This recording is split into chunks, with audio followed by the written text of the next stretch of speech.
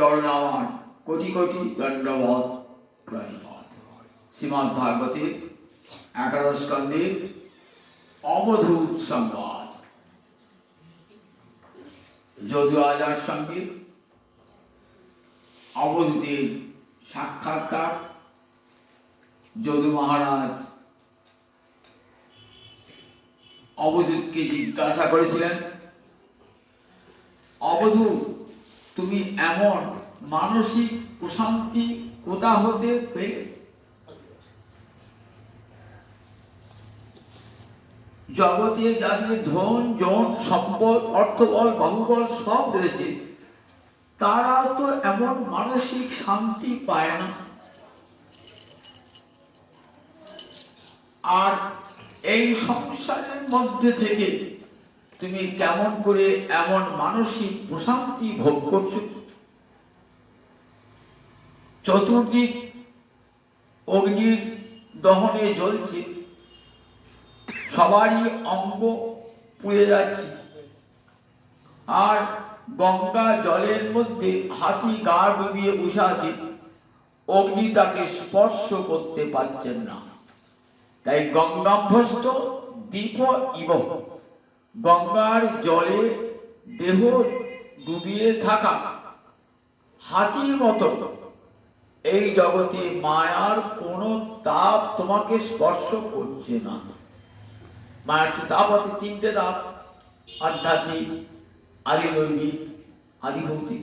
এই তিনটে তাপের একটা তাপও তোমাকে স্পর্শ করছে না। আমাদের তাপগুলো আছে বলেই তো আমরা মানসিক শান্তি অনুভব করি না। হয় দেহের পীড়া, নয় মনের পীড়া। কিন্তু অবধূতের কোনটাই নাই, দেহের পীড়াও নাই, মনের পীড়াও নাই, তার আদিদৈবিক ভয়ও নাই, আদিভৌতিক ভয়ও নাই। সে বনের জঙ্গলে যেখানে সেখানে থাকে, বর্ষাকালে বৃষ্টিপাত হচ্ছে, বজ্রপাত হচ্ছে, গাছতলায় বসে আছে, কোনো তার ভয় নেই। কেমন নিশ্চিন্তে নিরাপদে সে রয়েছে। তখনই অবধূত বলছেন, দেখো, আমি কৃষ্ণ ভজন শিক্ষা করতে করতে আমি 24 জন গুরুর কাছে আমি ভজন শিক্ষা লাভ করেছি, তাদেরকে বুদ্ধির দ্বারা আশ্রয় করেছি। একে সব গুরুর কথা বলছে, অনেকগুলি গুরুর কথা আমরা শুনেছি। আজকে বলছেন, জানো মহারাজ, আমি একটা বনে বসে আছি, সেখানে দেখছি যে একটা ব্যাগ এলো। ব্যাগ এসে কি করলো, সুন্দর সুরে বাঁশি বাজাচ্ছে, আর তার সামনে একটা বড় জাল ফেলে দিয়েছে। জালে কিছু খাবার রেখে দিয়েছে, আর জালটা এমন করেছে আটা, মানে জালে পড়লে জাল থেকে বেরোতে পারে, ফাঁদ থেকে বেরোতে পারবে না, আটা লাগানো আছে। এমন করে জালটা সামনে ফেলেছে, কেউ জানতে পারবে না যে জাল পড়ে আছে। সুন্দর সুরে ব্যাগটা বাঁশি বাজাচ্ছে, দেখলাম বন থেকে একটা হরিণ ছুটে এলো। কারণ হরিণ কি ভালোবাসে? হরিণ গান শুনতে খুব ভালোবাসে। হরিণ এই 5টা বিষয়, যেন শব্দ, স্পর্শ, রূপ, রস, গন্ধ, এই শব্দটা হরিণকে বড় আকর্ষণ করে। ওদের কর্ণটা এত না, যেখানেই মধুর শব্দ পাবে না, হরিণ সেখানে ছুটে যাবে। এই যে না, কৃষ্ণ যখন বাঁশি বাজতো না বৃন্দাবনে, হরিণগুলো উৎকর্ণ হয়ে থাকতো, উৎকট হয়ে থাকতো। গোবিন্দের বাঁশি শুনে ছুটে আসতো, অঙ্গে পুলক জাগতো। ভাগবতের কাছে অঙ্গে পুলক জাগতো। গো দ্বিজ দ্রুম মৃগাদিনা পুলকানি অবিভ্রাম। শুনতে পাচ্ছি মহারাজ, গোবিন্দে যখন বংশীর ধ্বনি হতো না, গো দ্রুম দ্বিজ মৃগানা, গো দ্বিজ দ্রুম মৃগা পুলকানি অবিভ্রাম। গাভীরা, গোবৎসরা ছুটে আসতো। দ্বিজ মানে পাখি, পাখির 2বার জন্ম হয়, একবার ডিমে, আবার ডিম থেকে আবার হয়। পাখিকে কি বলে? দ্বিজ বলে। ব্রাহ্মণকে যখন দ্বিজ বলে, পাখিটিকেও দ্বিজ বলে। 2বার জন্ম হয়, দ্বিজায়তে দ্বিজ। দ্রুম, গাছগুলো ঝরঝর করে ফুল ঝরে পড়ত, আর মৃগ অঙ্গে পুলক ধারণ করত যখন গোবিন্দ বাঁশি বাজাতেন যমুনার তীরে। তাহলে দেখুন হরিণ বংশী রব এত ভালোবাসে না, ছুটে চলে আসে, এসে কি করে আমি দেখলাম বেরিয়ে এসে হরিণগুলো সব জালে পড়ে গেল। ব্যাস সে হরিণ কিনে যাবে, হরিণের মাংস বিক্রয় করবে, ব্যাস এই হরিণ নিয়ে গেল। আমি একটা শিক্ষা পেয়ে গেলাম ওইখান থেকে। কি শিক্ষা পেয়ে গেলাম? যে দেখো, গ্রাম্য গীতক ন সিনুয়াত, গ্রাম্য গীতক ন সিনুয়াত যদি বনচর অচিত। সন্ন্যাসী বনবাসী যারা, তারা কখনো ওই গ্রাম্য কথা শুনবে না। গ্রাম্য কথা, গ্রাম্য বার্তা এগুলি কি করে না, এগুলি মানুষকে বিষয়ের দিকে আকৃষ্ট করে দেয়। মহাপ্রভু বলছেন রঘুনাথ দাস গোস্বামীকে, রঘুনাথ দাস সংসার ত্যাগ করে চলে গেলেন, থাকতে থাকতে আজকে স্বরূপ দামোদরের কাছে, তাই নাম হয়ে গেল স্বরূপের রঘু। স্বরূপের রঘু, স্বরূপ দামোদর মহাপ্রভু একান্ত অন্তরঙ্গ প্রিয় পার্শ্বদ। তাই স্বরূপ দামোদর মহাপ্রভু বলেছেন, স্বরূপ তুই রঘুনাথকে সব শেখাবে, পড়াবে। কিন্তু মাঝে মাঝে রঘুনাথ মহাপ্রভুর মুখ থেকে কিছু কথা শুনবো, এটা খুব অন্তরে জানত। আগে স্বরূপ বলছে, প্রভু আমি তো অনেক উপদেশ দিই, কিন্তু তোমার মুখ থেকেও কিছু কথা শুনতে ইচ্ছে। বলেন বেশ, এসে রঘুনাথ চারটি কথা বললেন। গ্রাম্য বার্তা না কহিবে, গ্রাম্য বার্তা না শুনিবে, ভালো না খাইবে আর ভালো না পড়িবে, অমানি মানত হইয়া কৃষ্ণ নাম লবে, ব্রজে রাধা কৃষ্ণ সেবা মানসে করিবে। এর বিশাল আজকে শোনবার আছে, ভজন গাছের এই চারটে কথা, আর কিছু শোনবারই দরকার নাই। বলেন গ্রাম্য বার্তা না কহিবে, গ্রাম্য বার্তা না শুনিবে। গ্রাম্য বার্তা মানে বিষয় বার্তা। গ্রামের লোকেরা যেমন বিষয় নিয়ে মত্ত, চাষবাস নিয়ে মত্ত হয়ে গেছেন। কে বলতে ধান উৎপাদন করে, চাষ তার উৎপাদন বলে এই নিয়ে দিন রাত ব্যস্ত হচ্ছে, গ্রাম্য কথা। এইরকম যেখানে হরি কথা নাই, কৃষ্ণ কথা নাই, সেটাই গ্রাম্য কথা। হরি কথা কৃষ্ণ কথা যেখানে নাই, সেটাই গ্রাম্য কথা। সুত গোস্বামীকে সৌনক ঋষি বলছেন না, বলছেন তৎকথ মহাভাগ যদি বিষ্ণু কথা শোন, অথবা অশ্ব পরম ভোজ মকরন্দ ইহাং শতাং, ইহাং শতাং কি মন্যই অসদা লাভই আয়ুষদার অসদায়। বলছেন হে মুনিবর,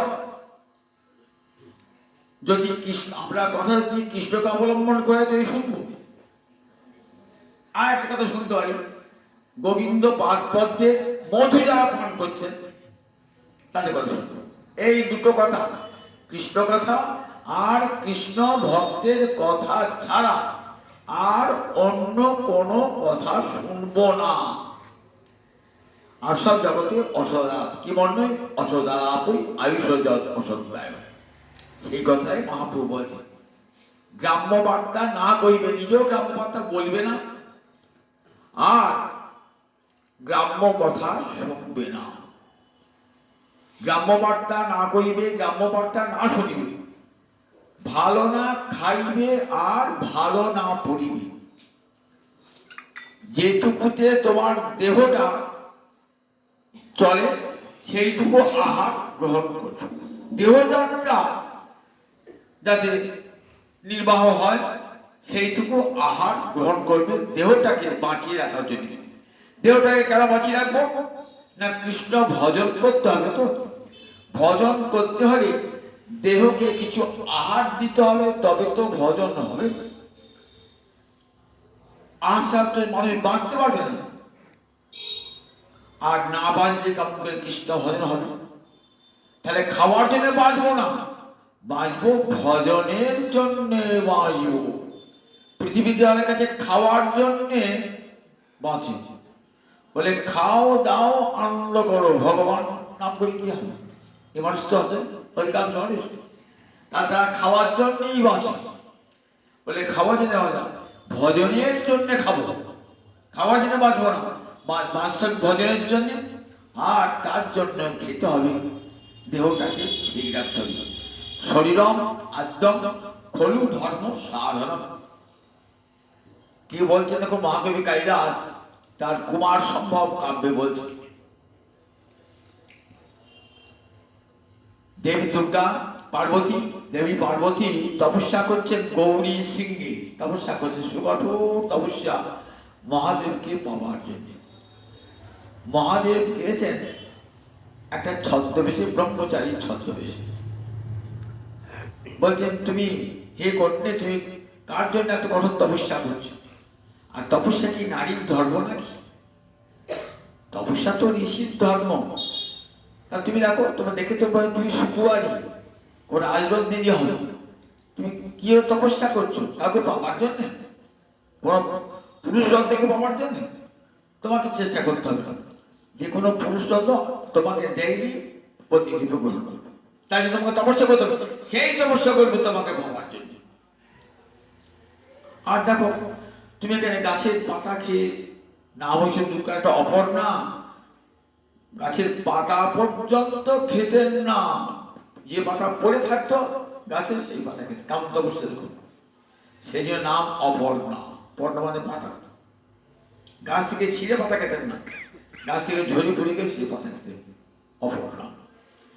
এর কঠোর তপস্যা করছো শীতকালের দিনে, দেখো কি কষ্ট ভোগ করছো, গলা সরোবরে জলে গলা ডুবিয়ে তপস্যা করছো।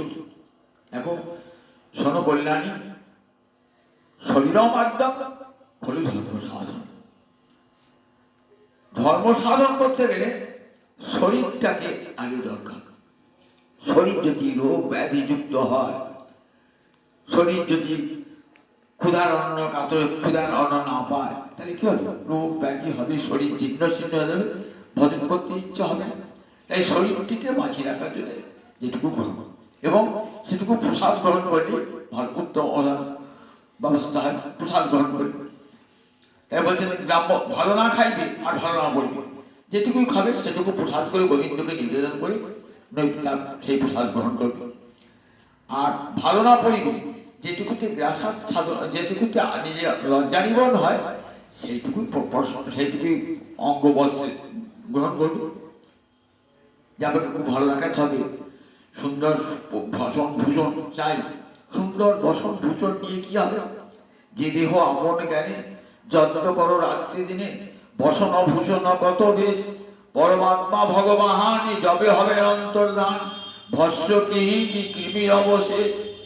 দেহটাকে এত সুন্দর করে সাজাচ্ছেন, কত বসন কত ভূষণ করছেন, সেই দেহটার দাম কতদিন? যতদিন গোবিন্দ আছেন ভিতরে।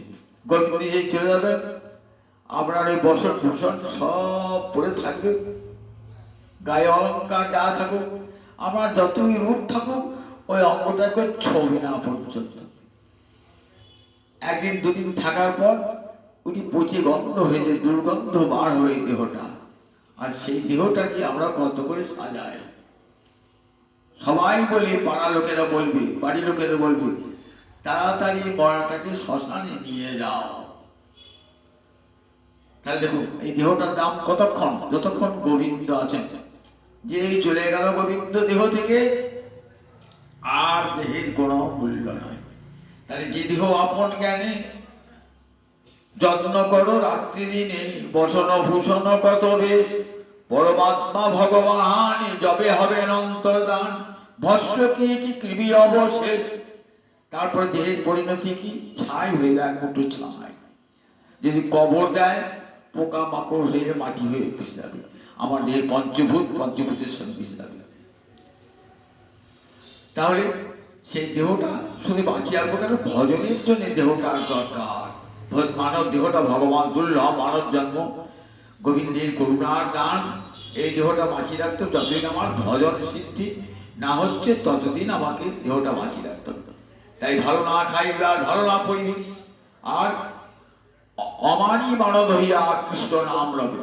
হরে কৃষ্ণ নাম গ্রহণ করবেন, কিন্তু মনে যদি অহংকার থাকে, আমি পরম বৈষ্ণব, আমি 5 লক্ষ নাম জপ করি, 10 লক্ষ নাম জপ করি, আমার ওদিকে করে না, এই যদি অহংকার থাকে তাহলে সব নাম করে আমরা বিধা হয়ে গেল। আমি এত নাম করি, এত আপনি এক হাঁড়ি মোহর নিয়ে যাচ্ছেন জলে, নদীর জল পার হচ্ছেন, নদী জলে ডুবে গেলে পড়ে গেল, সব হাইটাই পড়ে গেল, মোহরে হাইটাই পড়ে গেল, কি লাভ হলো? ঠিক তেমনি অহংকার সর্বস্ব যদি বলে আমি নাম করি, আমি পরম বৈষ্ণব, দেখো আমি বহু তীর্থে ঘুরে বেড়াই, সব তীর্থ সার করেছি, সব তীর্থে স্নান করেছি, এটি থাকে, তাহলে সবটাই ব্যর্থ হয়ে যায়, ভজনটাই নিষ্ফল হয়ে যায়। দিনের অধিক দয়া করে অভিমানী ভক্তিহীন জগমাঝে সেই দিন, যার অন্ত্র অভিমান, যার অন্ত্র অহংকার, বলে জগমাঝে সেই হীন।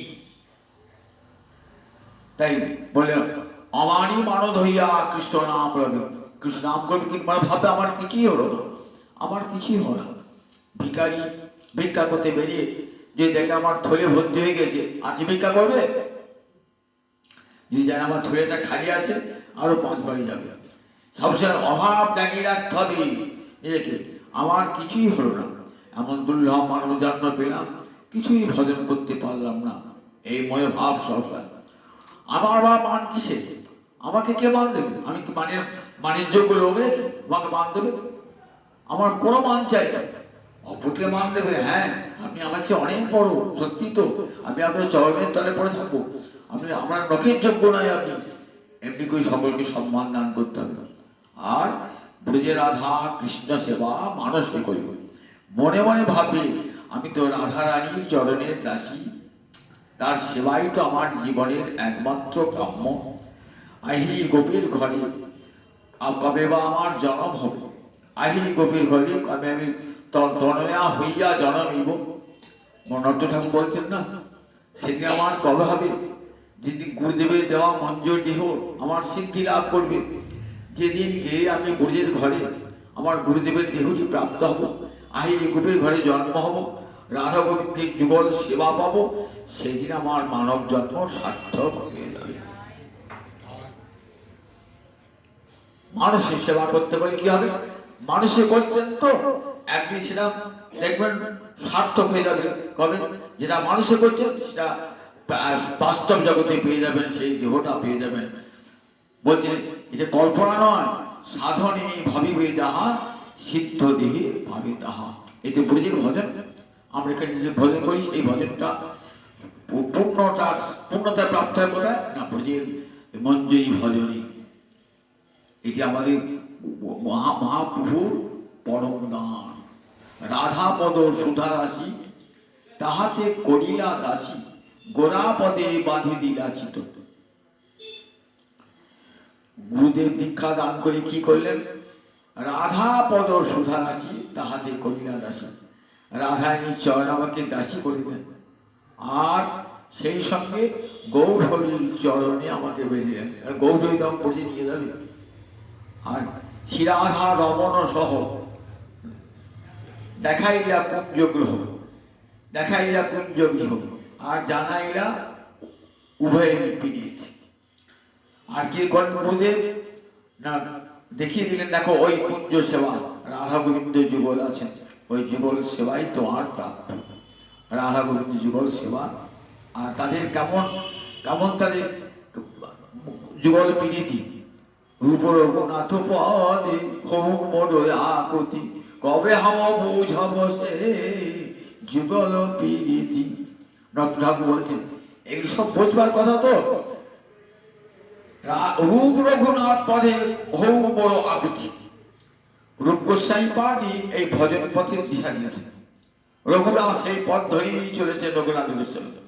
তাই আমার কবে রূপ রঘুনাথের পদে আমার আকুতি জন্মাবে? ওগো রূপ গোস্বামী পাদ, কৃপা করে তুমি তো মঞ্জরি, কৃপা করে আমাকে রাধারানীর চরণের দাসী করে দাও, সেবা দাও তুমি আমাকে। হে রঘুনাথ, তুমি তো তুলসী মঞ্জরি, কৃপা করে তুমি দাও, তাহলে ওই রাধারানীর চরণ সেবা করবার সুযোগ পাবো। রূপ রঘুনাথ পদে হোক মোর আকুতি, কবে হাম বুঝব সেই যুগল প্রীতি। রাধা মাধবের যুগল প্রীতি আমি বুঝবো কেমন করে?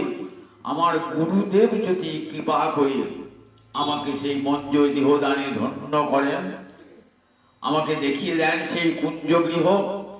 গুরুদেব তো মঞ্জরি, গুরুদেব তার শিষ্যের মঞ্জরি হাত ধরে নিয়ে যাবেন, এই দেখ রাধা রানীর সেবা, রাধা গোবিন্দের যুগল সেবা প্রাপ্তি হবে। এইখানে সাধনার সিদ্ধি লাভ হয়ে যায়। তাই কবে বা বুঝপুরে আহিরি গোপের ঘরে তনয়া হইয়া জনমিব। এই সমস্ত যারা গৌরীয় বৈষ্ণব না, যারা গৌরহরি মতাদর্শী, যারা ভালোবাসেন গৌরের মতাদর্শকে, তাদের কাছে এই প্রার্থনা। তারা তো মুক্তি নয়, তারা চান বৃন্দাবনে গিয়ে রাধা মাধবীর যুগল সেবা লাভ। রাধা কৃষ্ণ কুঞ্জ সেবা সাধ্য সেই পায়। দেখবেন চৈতন্য চরিতামৃতে মধ্যলীলার অষ্টম পরিচ্ছেদে রায় রামানন্দ সংবাদ আছে। ওটি পড়লে বোঝা যাবে যে আমাদের ভজনটা কোথায়। রাধা কৃষ্ণ কুঞ্জ সেবা সাধ্য সেই পায়, এটাই আমাদের জীবনের সাধ্য। সাধ্যা সাধন তো গৌরীয় বৈষ্ণবের সাধ্য কি? রাধা গোবিন্দের কুঞ্জ সেবা, মুক্তি নয়, রাধা গোবিন্দের কুঞ্জ সেবা। সেই কুঞ্জ সেবাটা গুরু আনুগত্য হয়। তাই বলছে রাধা কৃষ্ণ সেবা মানসে করিবি, মনে মনে ভালো করবে, বাইরে হবে না। বাচ্চে সাধক দেহে করে নাম সংকীর্তন, বাচ্চে সাধক দিয়ে যেমন নাম সংকীর্তন করে, সমস্ত পুরুষই কিন্তু মঞ্জরি। গীতায় বলা দেখবেন, আমরা পুরুষ নারী ভাগ করি তো, কিন্তু পুরুষ নারী সবাই প্রকৃতি, জীব মাত্রই পরা প্রকৃতি। সবাই কিন্তু কেউ পুরুষ নন, সবাই কিন্তু গোবিন্দের দাসী। আমিও যেমন দাসী, আমার স্বামীটিও দাসী, এই ভাব। জগতে সবাই তো প্রকৃতি, পুরুষকে একমাত্র গোবিন্দই হলেন পুরুষোত্তম, তিনি পুরুষ। সে এই প্রকৃতি ভাবনা সবারই। পুরুষ অভিমান থাকলে কখনো মঞ্জুরি ভাবনাও হয় না। তাই বুঝে রাধা কৃষ্ণ সেবা মানুষও করবে। নট্ট ঠাকুরের প্রেম ভক্তিকা শুনবেন, পড়বেন, তাই দেখবেন কেমন করে বুঝিয়ে রাগমার্গের ভজনটা কেমন করি। এটি সংক্ষেপে ছোট্ট করে বলে দিলেন। তাই বলে দেখো গ্রাম্য বার্তার আসনিবি গ্রাম্য গীত সিনেমা। গ্রাম্য গীত শুনলে কি হয় বলে, মন ধীরে ধীরে বিষয়ে আসক্তি এসে যায়। একটা জ্যোতি বনবাসী বা যারা ভজনশীল প্রশ্ন, তারা যদি বসে বসে মনে করুন সিনেমা দেখে, যাত্রা দেখে, কি হবে বলতো? এই জগতের সিনেমা, এই জগতের যাত্রায় কি হবে? অনেক কুরুচির পথে মানুষকে অগ্রসর করে নিয়ে যাবে। আজকে দেখুন টিভি সিরিয়াল সবে আমরা দেখি, কিন্তু একটা রুচিকর কোন সিরিয়াল দেখতে পাই না।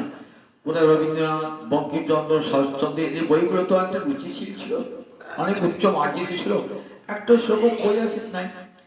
এগুলি সংসারকে সর্বনাশ সৃষ্টি করে। সমস্ত সংসারের যারা মানুষ, তাদের মনের মধ্যে হিংসা, অসুয়া এসব ঢুকিয়ে দেওয়া, এগুলি সংসারিত মানুষের প্রতি একটা কামড়, মনে একটা ছাপ পড়ে যায়। এগুলি দেখতে দেখতে মনে ছাপ পড়ে যায়। সেই জন্য বারবার বলেছেন যে দেখো গ্রাম্য গীত শুনো না, ওইগুলি শুনলে কি হবে? ওই হরিণটা যেমন ওই জালে পড়ে গেল, তেমনি তুমি বিষয়ে আসক্ত যাবে। কিরকম দেখো, রাজর্ষি ভরতের কথা শুনেছেন তো? রাজর্ষি ভরত আর কথাই বলতেন না, কারণ কথা হলো আসক্তির দ্বার। পাঁচজনের সঙ্গে কথা বললে কি হবে? বিষয় কথা। আর বিষয় কথা করলে হবে বিষয় চিন্তাই মনে আসবে, বিষয় চিন্তা মনে আসবে।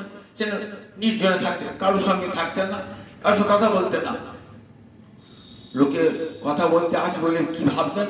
নিজেকে জড়োন্মত্ত পিশাচে, জড় উন্মত্ত পিশাচের মতো দেখাতেন, যাতে লোকে ভাবে একটা পাগলা, ওটা হাবাগো বলো, ওসব কথা বলে কি হবে? চাইতেন আমাকে কিছু বলুক আমাদের লোকে, যেন আমার কাছে কেউ না আসে, আমার কাছে কেউ না আসে। ভজন করছেন তো, কাছে এই হবে 5 টাকা বিষয় মানুষ 5 টাকা কথা বলে।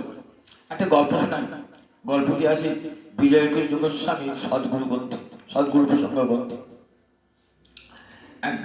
ভজনশীল বৈষ্ণব বৃন্দাবনে গোবর্ধনে গুহায় ভজন করছে। তাহলে দেখবেন ভজনশীল বৈষ্ণব বৃন্দাবনে দেখা যায় না, খুব কম, কচিত লোকে দেখা যায়। আর ওই গিরিগোবর্ধনের গুহায় থাকেন, তপস্যা করে দেখা যায়, খুব কম দেখা যায়, দেখাই দেন না, বাইরে আসেন না। তারা মানুষের কাছে পয়সাও চান না, কিছুই চান না, কিছু দিগুলো ছুটে ফেলে দেবেন। তো আছেন গোবর্ধনের গুহায় ভজন করতে গেছে, নাম ডাক হয়েছে, এবার লোক ঢুকছে ওনাকে, বাবা আমার ছেলেটার চাকরি কি করে হবে, বাবা একটা কথা বলছেন, বাবা আমার মেয়েটার বিয়ে কেমন করে হবে, বাবা আমি অসুখে ভুগছি। একে আছে বলে, দেখো আমি জ্যোতিষী নয়, আমি হাত দেখতে বসে আয়, আমি এসেছি কৃষ্ণ ভজন করতে নিরাপদে, এখানে সব সংসার ছেড়ে চলে দিই, আমরা এখানে জ্বালাচ্ছ, তোমরা এসো না, তোমরা জোহাত করছি, এসো না। মায়ের মা আসবেন না, মা বারবার করে জোহাত করতে, শুনছেন না কথা কোনো মতে। শেষকালে কি করতে লাগে, নারী কোনো নারী যদি কাছে এলে পরে এমন অশ্লীল বাক্য বলতে, কেউ সাধু এবার সাধু লিখতে মুখটা এত অশ্লীল ভাষা, ইট ছুটতেন, কোনো পুরুষ ইট ছুটতেন, ঠেলা ছুটতেন, ও তো পাগল নেই, আর কিছু তো বলি যাকে আমি নিরাপদ হলাম, আর বাঁচলাম, আর আমার কাছে কেউ আসবে না।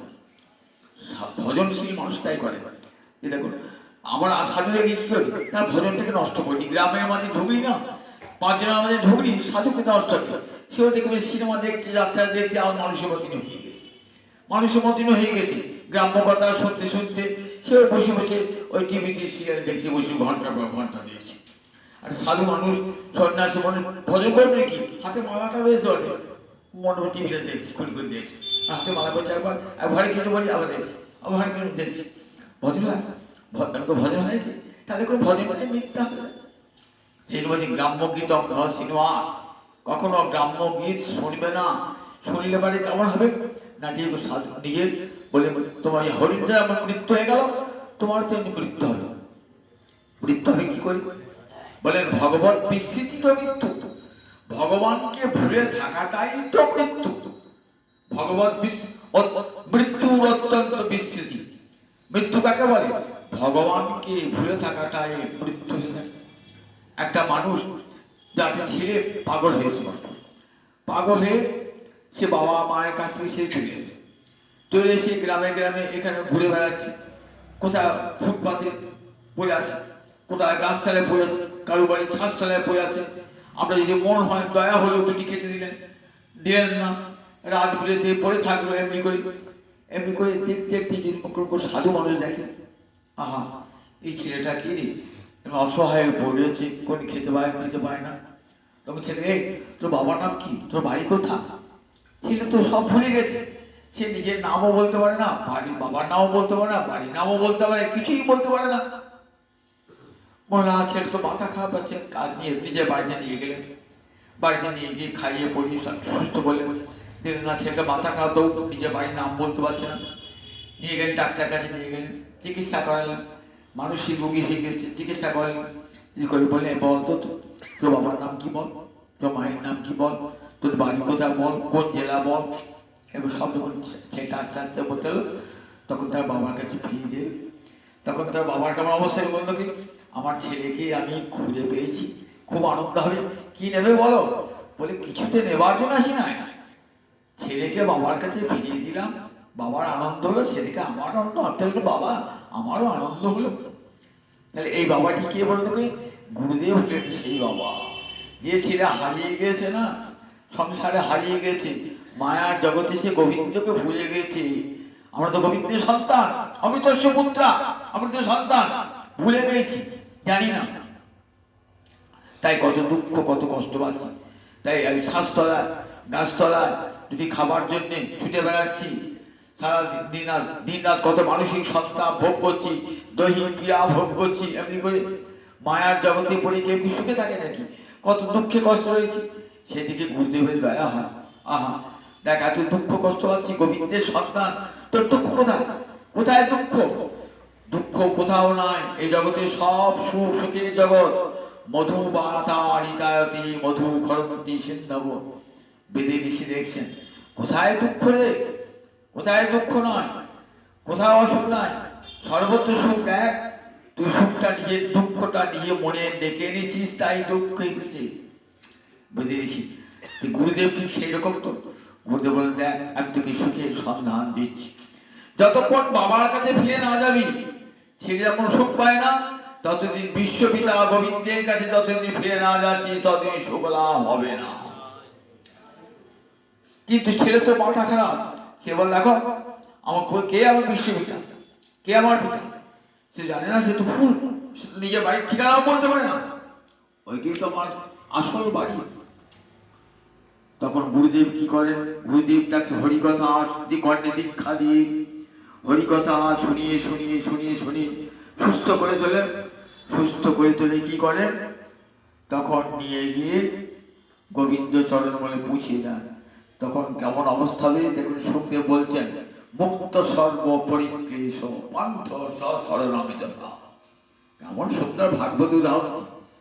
পথিক যেমন এখান সেখানে ঘুরে ক্লান্ত শান্ত হয়ে নিজের বাড়িতে পৌঁছে গিয়ে পরমানন্দ লাভ করে, তেমনি সাধক জীব গুরু কৃপার ছায় থেকে যখন সমস্ত মুক্ত সর্ব পরিক্লেশ হয়ে গোবিন্দ চরণে পৌঁছায় তখন এটাই আমি বাড়িতে আর কোথাও সে যাবে না।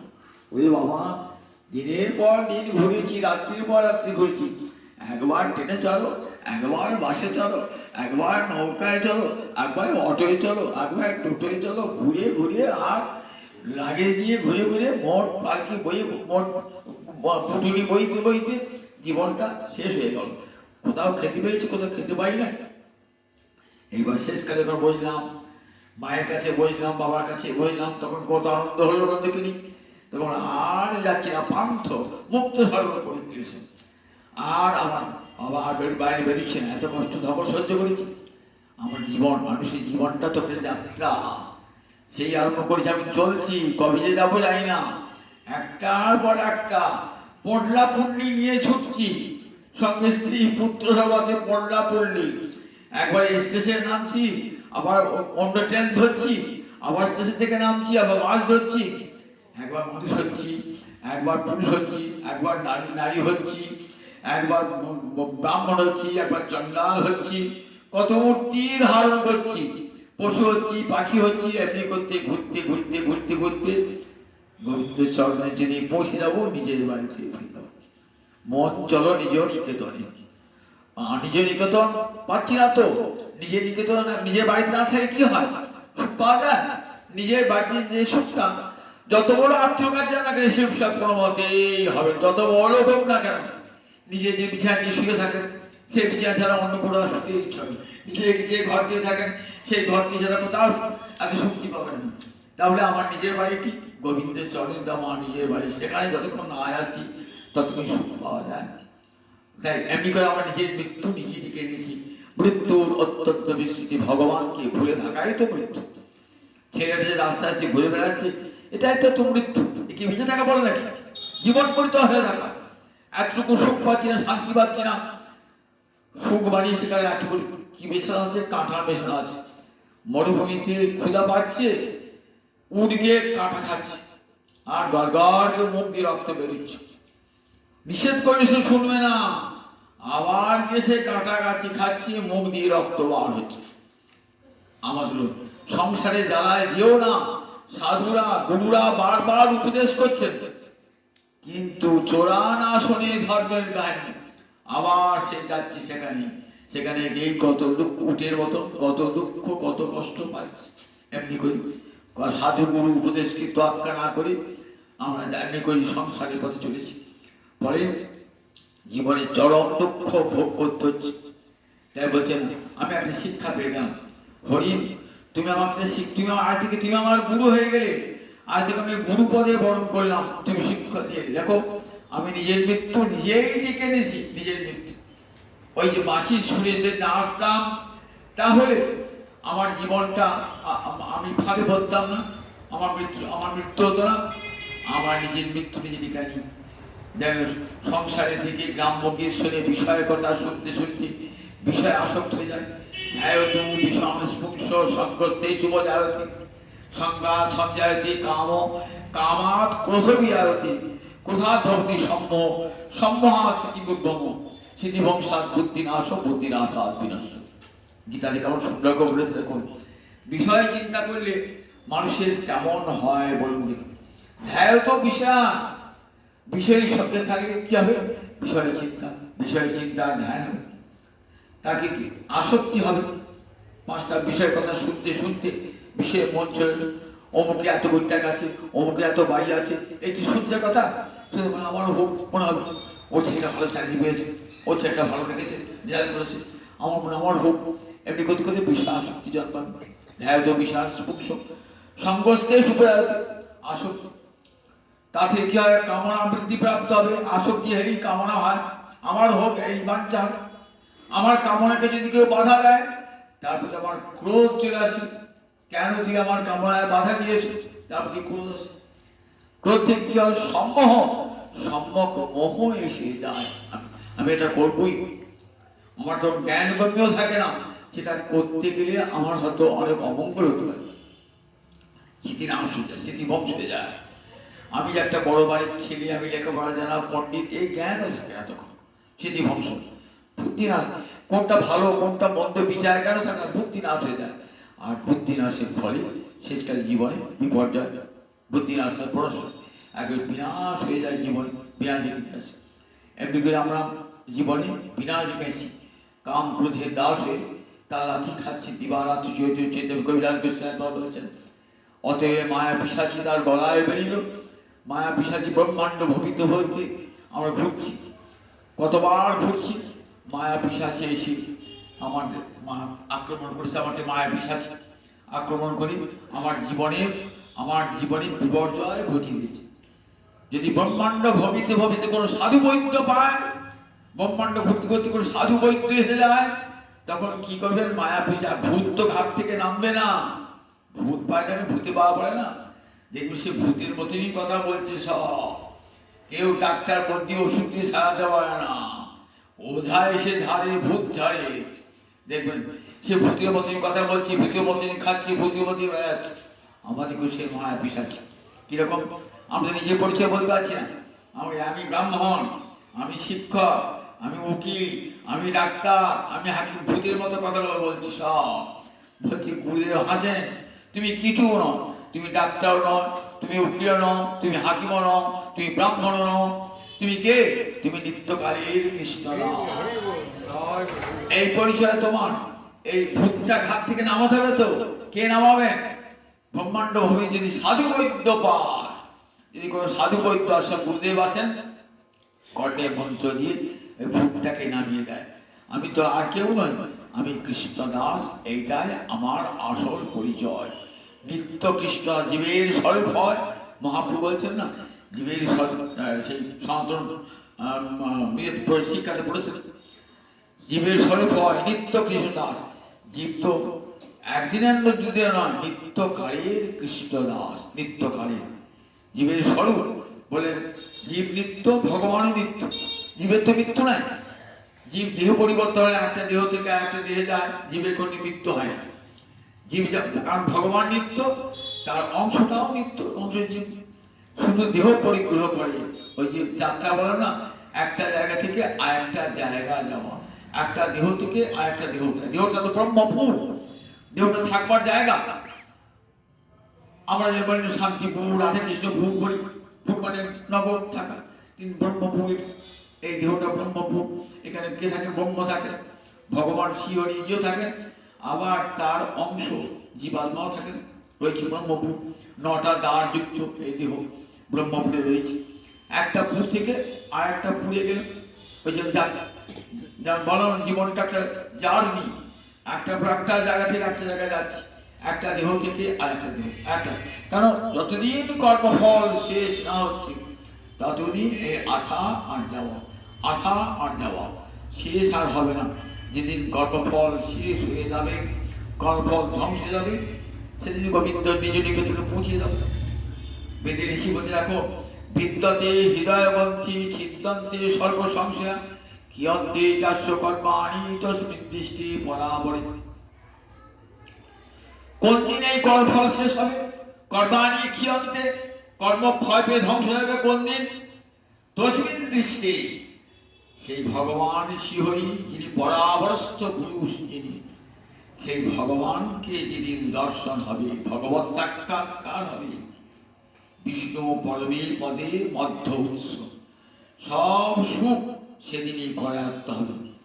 সেদিনই কি হবে? বিদ্যতে হৃদয় গ্রন্থি, হৃদয় গ্রন্থি গীতটা খুলে যাবে। সংসার তো একটা গীত, স্ত্রী একটা গীত, পুত্র একটা গীত, নাতি একটা গীত, পিতা একটা গীত, মাতা একটা গীত, স্বামী একটা গীত, আত্মীয় স্বজন সব একটা গীত। এত গীত মহামায়া দিয়ে রেখেছেন না, এত শক্ত করে। আবার যদি গীতটা চোখে দেখা যেত তাহলে চেষ্টা করে যে খোলা, চোখে দেখাও যাবে না, অদৃশ্য গীত, সে তো খুলবে না। বিদ্যতে হৃদয় গ্রন্থি, এমন মহামায়া এমন করে গীতি রেখেছেন না, কিছুতে জড় দেহটা আর আত্মার সঙ্গে জড় দেহ এমন গীত বানাচ্ছে না।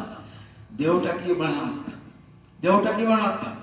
দেখেন না, সুধাচন্দ্র বলে যে নাচি ছিল, বড় নাচি, খুব ভালো নাচতে পারত, নাম ছিল সুধাচন্দ্র। তার একটা পা ছিল, তার পাটা জয়পুরের পা আছে, নকল পা, সে নকল পা লাগিয়ে দিয়েছিল। যখন সে নাচতো না, একবারে মনে হচ্ছে সত্যিকারের পাটা, পাটায় তো সম্বল, পাটায় পুঁজি, পাটায় চলে গেছে। কিন্তু এমন করে পাটি লাগানো হয়েছিল না, সে যখন সে স্টেজে আসতো তখন কেউ বুঝতে পারত না যে এটা পাটা আসল নয়, নকল পা। তাহলে এই জগতে ডাক্তার যদি পারে একটা নকল পাকে আসল পা করিতে, গোবিন্দ জগতে, বিশ্বপিতাজি জগতে ডাক্তার কি পারবেন না? তিনি একটা জীবাত্মাকে, একটা দেহ, চেতন বস্তুকে অচেতন দেহের থেকে এমন জুড়ে দিয়েছেন না, মনে হচ্ছে দেহটাই বোধহয় সব আমার, দেহটাই সব। এই গীতটা বেরিয়েছেন, এই গীতটা খুলে দেহটা পুড়লি মনে হচ্ছে আমি অসুখ, আমি পুড়ছি। দেহটা দুঃখ পেলে মনে আমি দুঃখ পাচ্ছি। বলে না না, নৈনং ছিন্দতি শস্ত্রে, অস্ত্র লাগবে তোমার দেহেতে, আত্মায় অস্ত্র ছুঁতে পারবে না। আগুন লাগবে তোমার দেহেতে, তোমার আত্মাকে আগুন পোড়াতে পারবে না। জল লাগবে তোমার দেহেতে, আত্মায় জল লাগবে না। বায়ু লাগবে তোমার দেহেতে, তোমার আত্মাকে ছুঁতে পারবে না। রোদ তাপ দেবে তোমার দেহটাকে, আত্মাকে দিতে পারে না। গীতাতে বলা দেখেন না, নৈনং ছিন্দন্তি শস্ত্রাণি নৈনং হরিব, ওই আত্মাটাই তো আমি। শুধু একটা দেহ ধারণ করেছি কেন? কর্মফল ভোগের জন্য। কখনো নারীর দেহ, কখনো পুরুষের দেহ, নানা রকম দেহ দিয়েছে। এই দেহ গলায় মানে এক জায়গা থেকে আর এক জায়গা যাও। তাহলে দেহটা, এই গীতটা একটা কাপড়ের সঙ্গে একটা কাপড় জড়ানো আসলো, একটা কাপড়ে আগুন লেগেছে, তাহলে ওই জড়ানো আছে ও কাপড়টা মনে হয় আগুন লেগেছে মনে হবে। আপনি তাতে গীতটা খুললেন, তাহলে দেখবেন এই কাপড়টা বেঁচে গেল, আগুনটা এই কাপড়টা লাগতে পেল না। ঠিক তেমনি দেখুন আমাদের আগুন লেগেছে দেহেতে, মনে হচ্ছে না আমার আত্মা তো আগুনটা লেগেছে, যে আমার আত্মা তো, আমার রোগ হয়েছে, আমার ক্যান্সারটা আত্মা তো হয়েছে না। বলে না গো না, ওসব কিছুই হয় না। ও টিবি ক্যান্সারটা দেহের হবে, আত্মার হয় না। তুমি যেমন কা তেমনি, তুমি শুদ্ধ, অপাপবিদ্ধ, মুক্ত সবসময়, তোমাকে কিছুই স্পর্শ করতে পারছে না, সেটা উপলব্ধ করতে পারছি না। কখন হবে? ওই সাধু গুরুর কৃপায় যখন গোবিন্দ চরণ সাক্ষাৎকার হবে, হৃদয় গ্রন্থি ভিন্ন হয়ে যাবে, চিদ্দন্তি সর্বসংশয় চিহ্ন হয়ে যাবে, আর সমস্ত কর্মফল ধ্বংস হয়ে জীব নিজ নিকেতনে চলে গিয়ে পরমা শান্তি লাভ করবে। জয় নিতাই, জয় নিতাই, জয় নিতাই। জয়